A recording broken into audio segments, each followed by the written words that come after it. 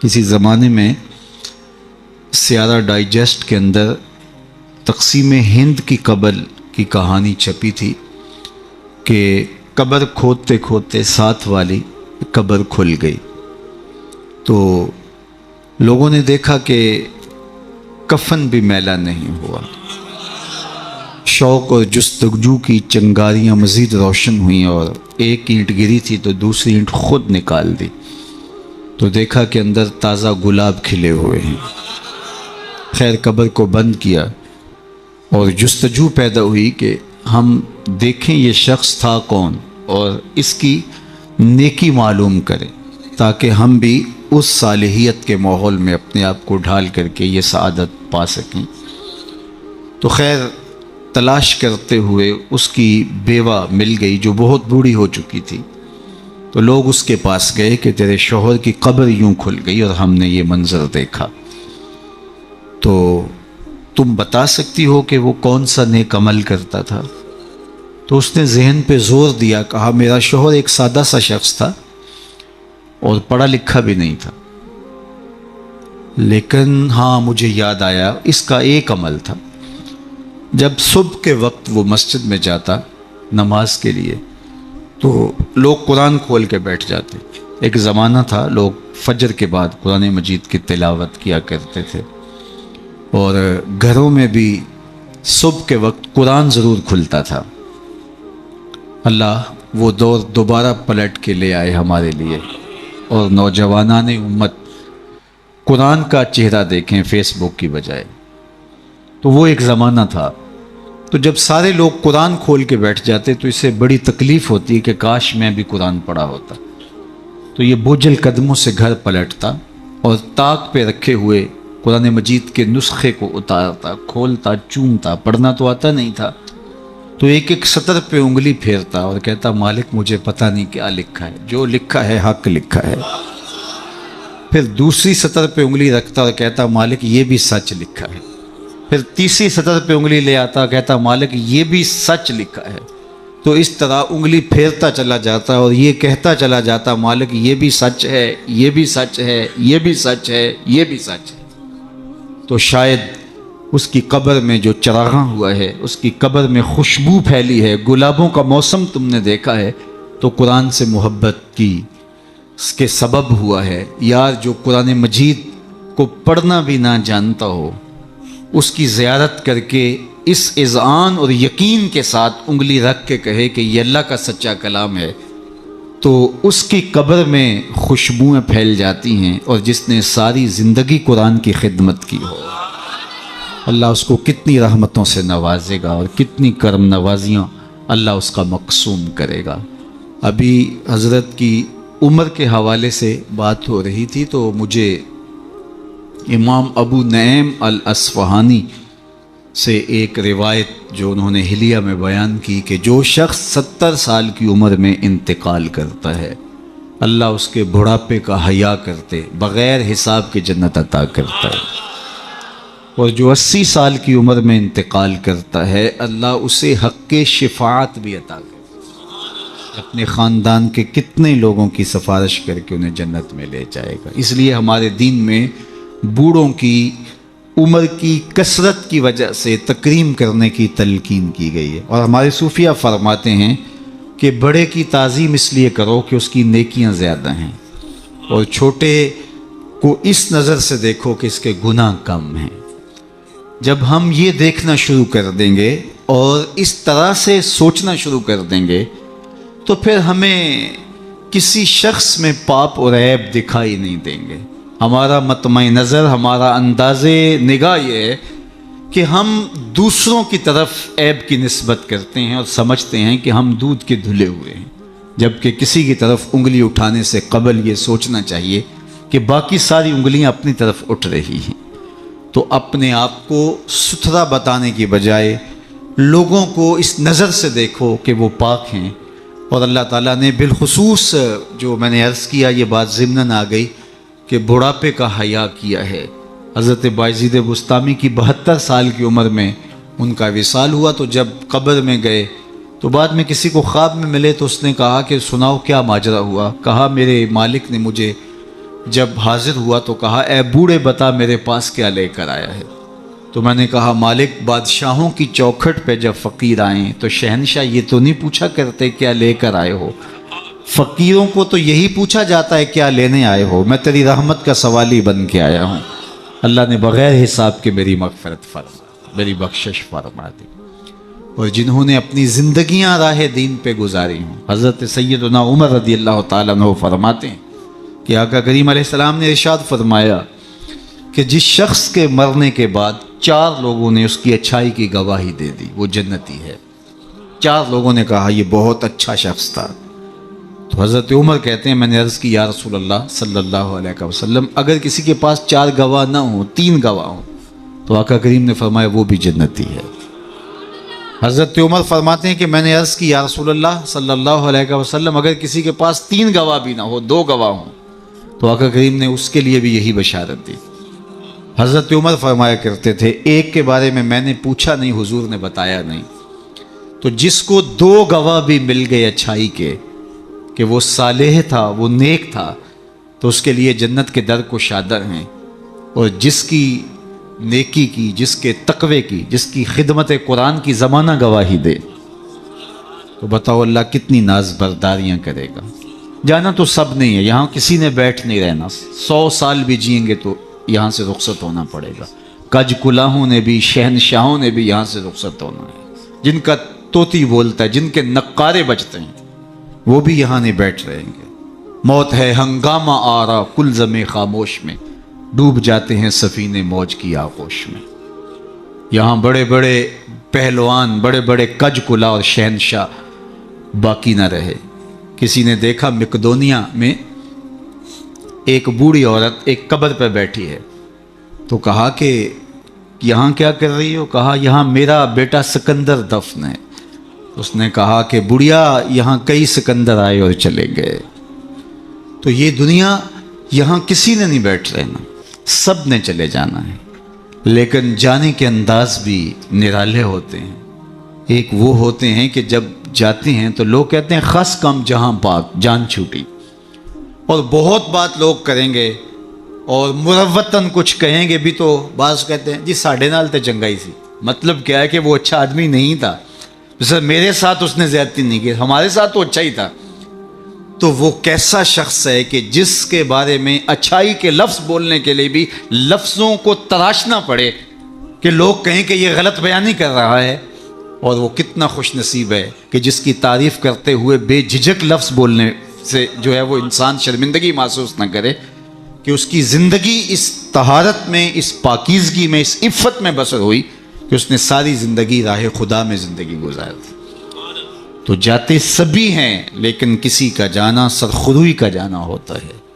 موت کسی کے لیے بھیانک خواب ہوتا ہے اور کسی کے لیے یہ خوشگوار اور خوبصورت انداز ہوتا ہے، وصل حبیب کا ذریعہ ہوتا ہے۔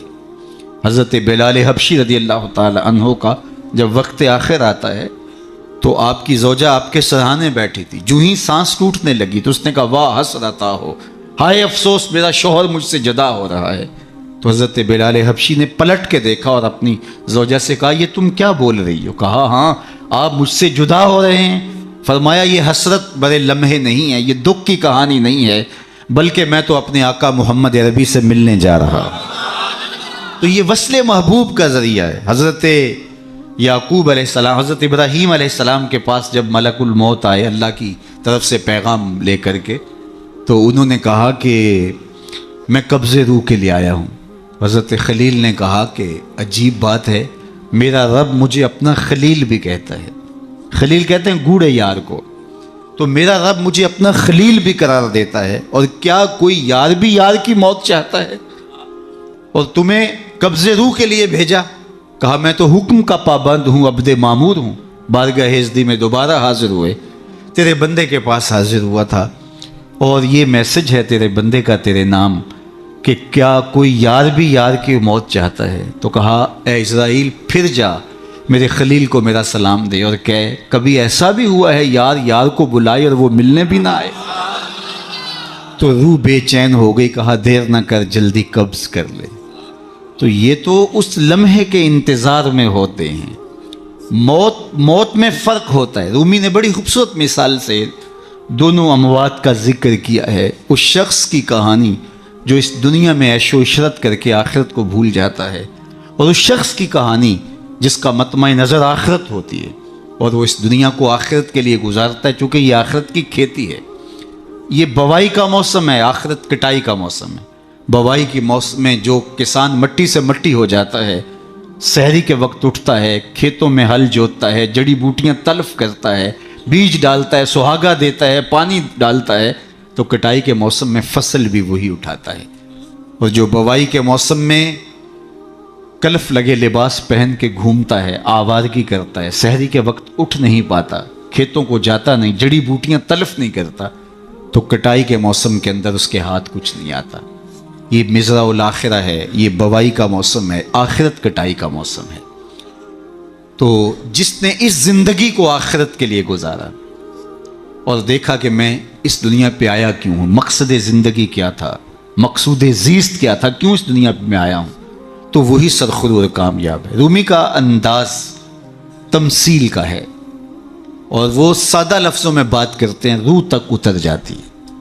اور یہ ان کو اللہ نے ملکہ عطا کیا ہے. اور یہی کمال ہوتا ہے. یہ نہیں ہے کہ 3 گھنٹے کی تقریر ہو اور نتیجہ کچھ بھی نہ نکلے. بات یہ ہے کہ آپ بات کریں لیکن بات روح میں کھبتی چلی جائے، لہو خورشید کا ٹپکے اگر ذرے کا جگر چیرے. تو حضرت رومی کو یہ فن آتا ہے. وہ سوز و ساز کی کائنات کا بادشاہ، اور وہ تمثیل سے بہت ادق اور دقیق مسائل سمجھانے کا فن جاننے والا اس بہت بڑی حقیقت کو ایک مثال سے سمجھاتے ہیں.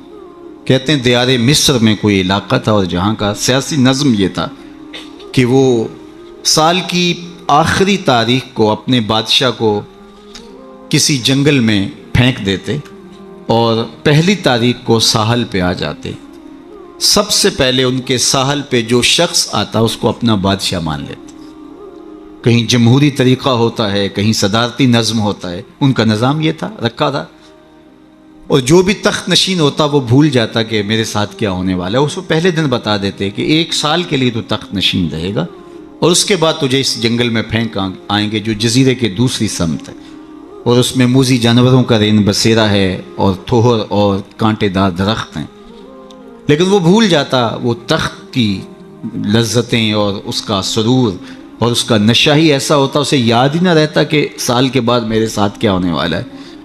اور جو ہی سال کی آخری تاریخ ہوتی زنجیروں میں جکڑ کے ادھر پھینکتے پھر روتا ہے مجھے تم کہاں لے جا رہے ہو. ایک مرتبہ وہ اپنا پرانا بادشاہ پھینک کر کے نیا بادشاہ لینے ساحل پہ آئے تو جو شخص سب سے پہلے ساحل پہ اترا وہ تاجر شخص تھا. اس کے گلے میں پھولوں کے ہار ڈالے، گارڈ آف آنر پیش کیا. اس نے کہا یہ کیا ہے میرے لیے؟ کہا کہ یہ ہمارا دستور ہے، ہم سال کی پہلی تاریخ کو یہاں سے حکمران لیتے ہیں اور آخری تاریخ کو دوسری جانب پھینک آتے ہیں. اس نے کہا اتنا بھیانک انجام ہے تو میں تمہارا بادشاہ بننے کے لیے تیار نہیں. اس نے کہا تو چاہے نہ چاہے باندھ کے بھی تخت پہ بٹھانا پڑا، یہ ہمارا ضابطہ ہے. عجیب کہانی. اس نے کہا میں تو تاجرانہ غرض سے آیا ہوں، میں تو کوئی امور سلطنت اور سیاست سے آگاہ ہی نہیں ہوں. اس نے کہا ہمارے بندے لگے قوانین ہیں، اس کے ساتھ آپ نے کام کرنا ہوگا. اور اس نے کہا ہر صورت میں جو ہے وہ تجھے یہ کرنا پڑے گا. پھنس گیا. اس نے کہا اچھا مجھے یہ بتاؤ کہ سال بھر میری بات تو مانو گے؟ انہوں نے کہا ہاں آپ حکمران ہیں لیکن آپ قوانین میں تحریف نہیں کر سکتے، ترمیم نہیں کر سکتے، تبدیلی نہیں کر سکتے. البتہ آپ کے انتظامی امور ماننے کے لیے ہم پابند ہیں. اس نے کہا ٹھیک ہے کوئی بات نہیں. تخت پہ بیٹھ گیا. رومی لکھتے ہیں کہ جو بھی تخت پہ بیٹھتا اور بغیر کسی محنت کے، بغیر کمپین چلائے، بغیر الیکشن لڑے تو وہ تو پھر بھول جاتا خوشی سے اور عیش و عشرت کرتا. لیکن یہ پہلا شخص تھا جب تخت نشین ہوا تو اس نے کہا بلدیہ کے ملازمین بلائے جائیں. بلائے گئے. کہا جاؤ اس جنگل میں جہاں بادشاہوں کو پھینک کے آتے ہو وہاں کے کانٹے اور جھاڑیاں کاٹو. اور پولیس کے کمانڈوز بلائے. کہا جاؤ وہاں جا کے جو موذی جانور ہیں ان کو قتل کر دو. معمار بلائے. کہا جا کے وہاں خوبصورت محل بناؤ. مالی بلائے. وہاں جا کے باغ لگاؤ، پھل لگاؤ، پھولدار، سایہ دار، ثمردار درخت لگاؤ. حکومتی مشینری، پوری حکومتی مشینری اس باغ کے کانٹے دار درخت کٹوانے، وہاں کے موذی جانور قتل کروانے، اور وہاں کنویں کھدوانے، محل بنوانے اور پھلدار پھولدار سایہ دار درخت لگانے میں صرف کر دی۔ جب سال کی آخری تاریخ ہوئی تو وہ جنگل جہاں بادشاہوں کو پھینکا کرتے تھے وہ جنگل نہیں رہا تھا، وہ ایک باغ بن چکا تھا۔ اور یہ زنجیریں لے کر آئے تو اس نے کہا مجھے زنجیریں نہ پہناؤ، میں خود چل کے جانے کے لیے تیار۔ اس لیے اس تخت پر بیٹھ کر کے وہ اپنے لشکر بھیج کے وہاں کے کانٹے، وہاں کے تھوہر، وہاں کے موذی جانور، وہاں کے خطرناک جانور جن کا وہاں رین بسیرا تھا ان کو کاٹتا رہا، قتل کرواتا رہا۔ تو اس نے کہا کہ میں خود چل کے جانے کے لیے تیار ہوں۔ رومی کہتے ہیں جو کافر ہے وہ دنیا کے تخت پہ، جو فاسق اور بدکار ہے وہ دنیا کے تخت پہ موج کرتا ہے، اور جب وقت آخر آتا ہے تو اس کو جب زنجیروں میں جکڑ کے لے جانا چاہتے ہیں فرشتے تو وہ کہتا ہائے مجھے کدھر لے جا رہے ہو۔ اور بندہ مومن، بندہ صالح اس دنیا کے تخت پہ آرام سے نہیں بیٹھتا، یہاں بیٹھ کے اپنے اعمال کے لشکر بھیج بھیج کے قبر کے کیڑے مکوڑے ختم کرواتا رہتا ہے، وہاں باغ لگواتا رہتا ہے، اور پھر جب وہ اس دنیا سے رخصت ہوتا ہے تو وہ کیڑے مکوڑوں کا گھر نہیں رہتا بلکہ روضۃ من ریاض الجنہ بن چکی ہوتی۔ اور وہ کہتا ہے دیر نہ کرو مجھے جلدی لے جاؤ، میں خود چل کے جانے کے لیے تیار ہوں۔ ربعی بن حراش ساری زندگی ہنسے نہیں، فرماتے تھے کیا خبر میرا انجام کیا ہوگا۔ جب تک یہ یقین نہ ہو کہ میرا انجام کیا، اتنی دیر تک دھڑکا لگا رہے، ڈر لگا رہے۔ یہ مسلمان کی زندگی ہے، مومن کی زندگی ہے۔ ابھی ملیکہ فرماتے ہیں کہ میں 30 اصحاب رسول سے ملا ہوں، بخاری کتاب الایمان اٹھائیے، 30 اصحاب رسول سے ملا ہوں، اور ہر ایک اپنی آخرت کے بارے میں سخت فکر مند تھا۔ ہم تو 4 نمازیں پڑھ لیں تو ہم سمجھتے ہیں کہ ہمارے جیسا زمانے میں کوئی نہیں، اور بے نمازیوں کو حقیر جاننے لگ جاتے ہیں۔ 30 اصحاب سے ملاقات ہوئی ہے اور یہ ڈرتے رہتے تھے کہ میرا انجام، رنگا رنگ سہیلیاں پرن کڑے پر پریا اس نہ جانیے جس دا توڑ چے۔ انما الاعمال بالخواتیم، اعمال کا دار و مدار حسن خاتمہ پہ ہے، جس کا اخیر ٹھیک ہو گیا۔ ورنہ کتنے لوگ ہیں کہ زندگی ساری اچھی، انجام بخیر نہیں ہو۔ ہمارے سامنے بلعام بن باورا کی مثال موجود، بنی اسرائیل کا مستجاب الدعوات ولی تھا، ہاتھ پھیلا کے دعا مانگتا تو ہاتھ منہ پہ بعد میں پھیرتا، قبولیت پہلے ہو جاتی۔ لیکن پھر اسی کے بارے میں قرآن نے کہا نا مَثَلُهُ كَمَثَلِ الْكَلْبِ، اس کی مثال کتے کی مثال، زبان لٹک گئی، زمین چاٹتا تھا، نبی کے خلاف ہاتھ اٹھا دیے، سمجھا میں مقبول بارگاہ ہو گیا۔ اللہ اکبر، انجام ٹھیک نہیں ہوا۔ اس لیے میاں صاحب بولے پڑھنے اتے مان کرینا تے نہ آکھی میں پڑھیا، او جبار کہار صداوے متا روڑ دے وے دودھ کڑیا۔ جب تک انجام بخیر نہ ہو، بایزید بستامی سے ایک بڑھیا نے کہا تھا کہ میرے گدھے کی 2 مچھی ہے یا آپ کی داڑھی اچھی ہے؟ کہا فی الحال نہیں بتا سکتا، یہ تو مرنے کے بعد ہی بتا سکتا ہوں۔ تو جب تک انجام بخیر نہ ہو اللہ سے دعا مانگے کہ اللہ خاتمہ ایمان پہ کرے، ساری زندگی دین کی راہوں کے مسافر رہیں، اور جب سانس ٹوٹ رہی ہو محمد عربی کا کلمہ زبان پہ جاری، آخری قول کلمہ طیبہ کا ہو ہمارے لبوں کے اوپر۔ ربی بن حراش ساری زندگی مسکرائے نہیں، فرماتے تھے کیا خبر انجام کیا ہوگا۔ اللہ اکبر، خیر وقت آخر تو آنا ہی تھا۔ تو جب آخری وقت آیا تو ان کے بھائی ربی بن حراش نے کہا جاؤ، غسال کو بلا کے کہا میرے بھائی کو غسل دو۔ تو وہ غسل دینے داخل ہوا تو فوراً باہر آ گیا۔ اتنی جلدی؟ کہا یار تیرا بھائی بڑا عجیب ہے۔ کہا ہوا کیا؟ کہا نحنو نغتسلہ وہو یتبسم، ہم اسے غسل دیتے ہیں اور یہ آگے سے مسکرا رہا۔ اقبال نے کہا تھا نا نشان مرد مومن باتو گوئم، چوں مرگ آئے تبسم بر لب اوست، آ تجھے اللہ کے بندے کی نشانی بتاؤں، جب موت آتی ہے تو اس کی پیشانی پہ ندامت کا پسینہ نہیں ہوتا، اس کے لبوں پہ کامیابی کی مسکراہٹ پھیل جاتی۔ کہا یا تیرا بھائی بڑا عجیب ہے، نحنو نغتسلہ وہو یتبسم، ہم اسے غسل دیتے ہیں وہ آگے سے مسکراتا ہے۔ کہا میرے بھائی نے قسم کی تھی جب تک اچھا انجام نہیں دیکھوں گا نہیں مسکراؤں گا۔ پورے شہر میں شور مچ گیا، ایک بندہ مرنے کے بعد مسکرایا ہے۔ بعض لوگ تو بہت خوش ہوئے، بعض نے کہا یہ گھڑی ہوئی کہانیاں ہیں، یہ مریدین کا اعتقاد ہے، ان کا حسن اعتقاد ہے، کیسے ہو سکتا ہے مرنے کے بعد مسکرائے۔ ایک بہت بڑا ہجوم جمع ہو گیا حضرت کی زیارت کے لیے، بعض لوگ تیکھے سوال لیے، بعض محض تماشائی، بعض سیدھا سیدھا انکار کر رہے ہیں، پورا بصرہ امڈ آیا۔ اتنے میں انہیں غسل دے کے چارپائی پہ ڈال کے کفن بھی ڈال دیا گیا تھا۔ جب لوگ گھر میں داخل ہوئے تو قبل اس سے کہ وہ سوال کرتے، امام ابو نعیم نے حلیہ میں لکھا، قاضی ایاز مالکی اندلسی نے الشفاء کے اندر لکھا، اور اس کو امام سہیلی نے روض الانف میں لکھا، اور بھی بہت سارے لوگوں نے لکھا۔ جب لوگ داخل ہوئے اور تیکھے تیکھے سوال تھے کہ یہ پوچھیں گے، یہ بات کریں گے، کیسے مسکرائے، سچ ہے، غلط ہے، جھوٹ ہے، اور یہ چارپائی پہ ڈالے جا چکے تھے، کفن اڑا دیا گیا تھا۔ جب لوگ داخل ہوئے تو انہوں نے کفن ہٹایا، ہاتھ باہر نکالا اور لوگوں سے مخاطبت کرتے ہوئے کہا السلام علیکم۔ لوگ حیرت میں ڈوب گئے، وعلیکم السلام اتتکلم بعد الموت، عجیب بات ہے، مرنے کے بعد باتیں کر رہے ہو؟ قال نعم اتکلم بعد الموت، ہاں ہاں مرنے کے بعد باتیں کر رہا ہوں۔ عرش فرش تے بانگاں ملیاں تے مکے پہ گیا شور، بلے شاہ سا مرنا نہ ہی تے گور پیا کوئی ہور، فَلَنُحْيِيَنَّهُ حَيَاتًا طیبہ۔ اور اقبال کہتا ہے فطرت ہستی شہید آرزو رہتی نہ ہو، خوب تر پیکر کی اس کو جستجو رہتی نہ ہو، موت کو سمجھا ہے غافل اختتام زندگی، یہ ہے شام زندگی صبح دوام زندگی۔ فَلَنُحْيِيَنَّهُ حَيَاتًا طیبہ کا روپ ظاہر ہوا، ہاں ہاں مرنے کے بعد باتیں کر رہا ہوں۔ لوگوں نے کہا بتا تیرے رب نے تیرے ساتھ سلوک کیا کیا؟ تو ربی بن ہرا جو فوت ہو گئے وہ بول کے کہہ رہے استقبلنی ربی غیر غضبان واستقبلنی بروح و ریحان، اس کے قدرت والے چہرے پہ کوئی غصہ نہیں تھا، اس نے روح و ریحان کے پھول میرے گلے میں ڈالے۔ لوگوں نے باتیں پوچھنا شروع کر دیں، شکر ہے کوئی مرنے والا بول پڑا، کوئی ادھر کی بات کر رہا ہے، ادھر کی بات پوچھ رہا ہے۔ جب سلسلہ کلام طول پکڑنے لگا تو ربی بن ہراش لکھتے ہیں، ربی بن ہراش کہتے ہیں کہ اجلوا بی ولا تؤخروا بی لان ابا القاسم ينتظر علی الصلاۃ، دیر نہ کرو مجھے جلدی قبرستان میں لے جاؤ، تم مجھے باتوں میں لگا رہے ہو، امام الانبیاء میرے جنازے کا انتظار کر رہے۔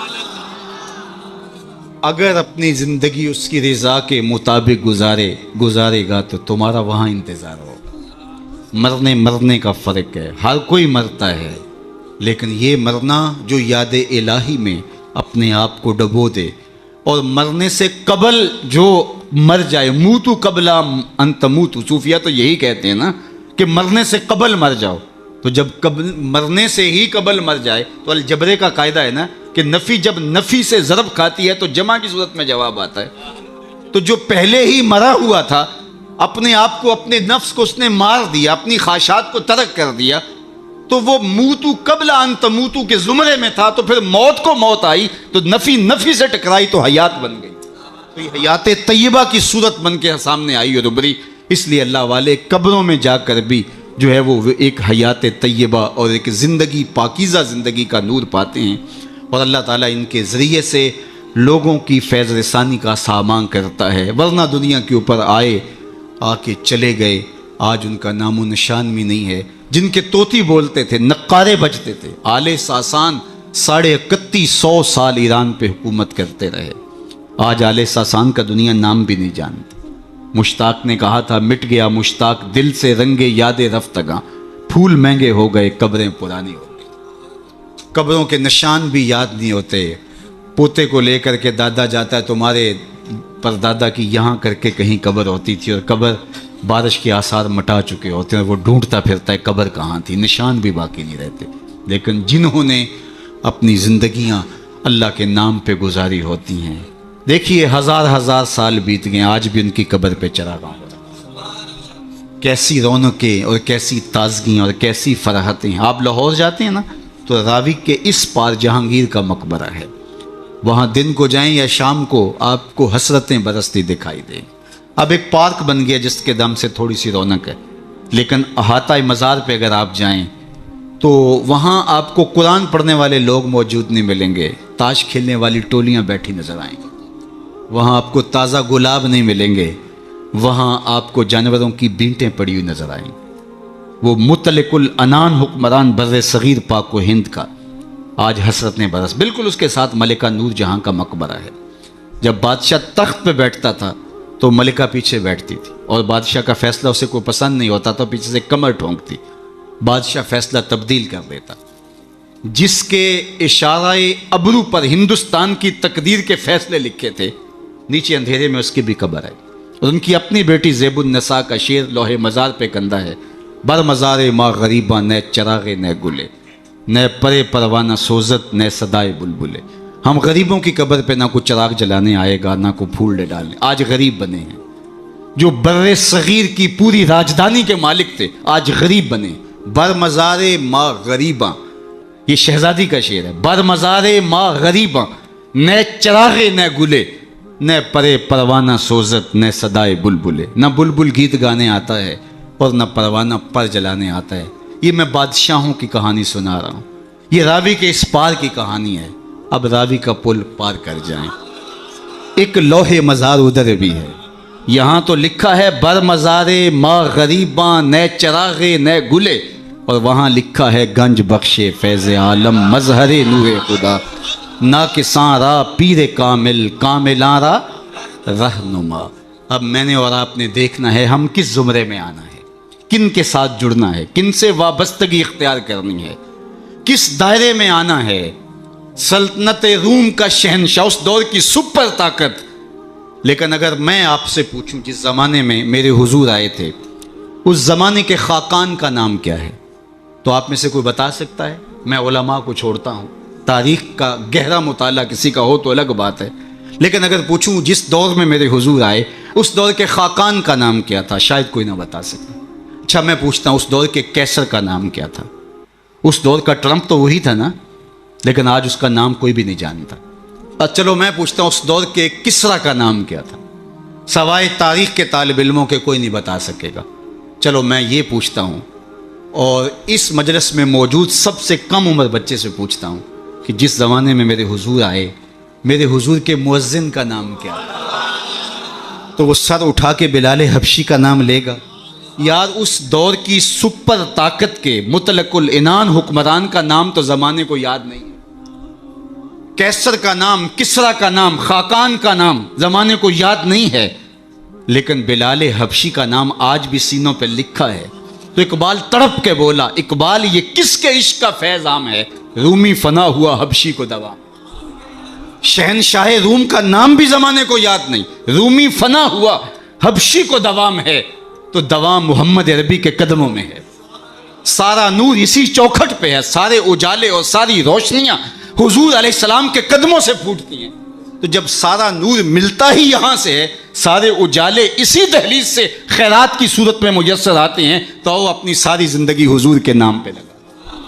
اقبال کے سارے کلام کا رس نچوڑیں تو جو خلاصہ نکلتا ہے وہ یہ ہے: بمصطفیٰ برساں خیش را کے دی ہماؤست، اگر بہو نہ رسیدی تمام بولا بیز. اگر اپنے آپ کو کھینچ کے تو حضور کے قدموں تک لے گیا تو زندگی کا سارا جمال تجھے نصیب ہے.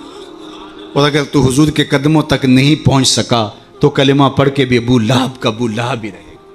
آئیے میں اور آپ اپنے آپ کو کھینچ کے حضور کی چوکھٹ پہ لے آئیں، حضور کی دہلیز پہ لے آئیں. ہمارے یہ سادات، یہ علماء، یہ پیران عظام، یہ بزرگان دین اسی پیغام کو لے کر کے میدان عمل میں موجود ہیں. اپنی زندگیاں انہوں نے اسی لیے وقف کی ہیں کہ لوگوں کو حضور سے جوڑا جائے، حضور سے وابستگی، آقا کریم سے دل بستگی، حضور سے تعلق خاطر قلبی ربط پیدا ہو جائے. اور یہ جتنا مضبوط ہوگا زندگی اس قدر ہی جمال پرور ہوتی چلی جائے گی. اللہ جل شانہ اپنی خاص عنایات کا حظ وافر اس آستان نور پہ شامل فرمائے، اور ہمارے قبلہ شاہ صاحب زیدہ مجدہو کو، ان کے برادران کو، ان کے خاندان کے جملہ افراد کو والد گرامی کے سائے کے اٹھ جانے سے جو کمی پیدا ہوئی، واقعہ ہوئی، اللہ اس پر انہیں توفیق صبر دے.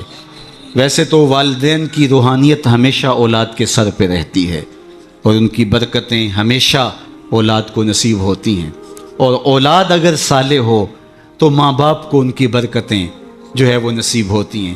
جو 3 چیزیں چھوڑ کر جاتا ہے کوئی شخص، جو خاص طور پہ ایک حدیث میں آئی، اس میں وَوَلَدٌ صَالِحٌ يَدْعُو لَهُ، وہ اولاد ہے جو ماں باپ کے لیے دعائیں کرتی ہے.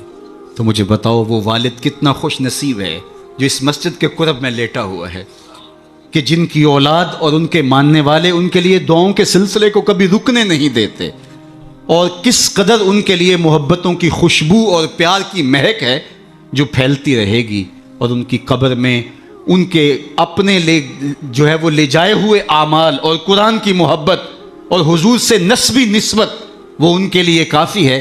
لیکن یہ اولاد کی طرف سے تحفہ روزانہ پھولوں کی شکل میں، گجروں کی صورت میں اور دعاؤں کی شکل میں جو ان کو پہنچتا رہے گا، تو وہ کتنے آسودہ ہوں گے، کتنے خوش ہوں گے، اور برزخ کے جہان کے اندر جو ہے وہ اپنے دوسرے لوگوں کو کس طرح فخر سے کہہ رہے ہوں گے کہ یہ آج تحفہ میری اولاد نے مجھے بھیجا، یہ صبح کو بھی بھیجا تھا، دوپہر کو بھی بھیجا ہے، شام کو بھی بھیجیں گے، اور وہ وہاں بانٹتے رہیں گے اور نور و نکھت پھیلاتے رہیں گے۔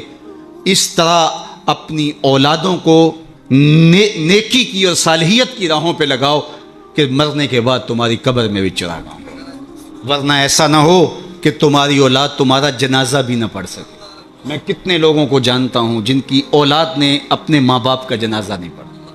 آپ کہیں گے یہ بہت بد قسمتی ہے، ہم نے تو نہیں سنا۔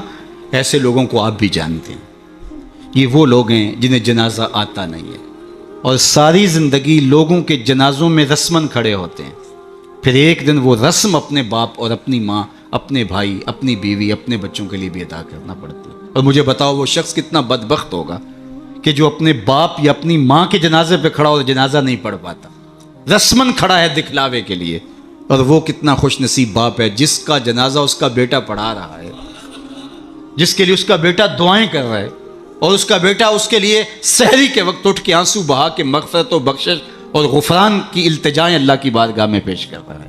تو اپنی اولادوں کو صالحیت کے سائے میں لاؤ، نیک لوگوں کی صحبت میں رکھو، پاک لوگوں کے پاس بیٹھنا اٹھنا سکھاؤ، ان کو دین کی تعلیم دلواؤ، اور ان کو اچھے کردار کا حامل بناؤ، تاکہ قبر میں بھی چراغا رہے اور دنیا کے اندر بھی سکھ اور قرار اور تسکین نصیب ہو۔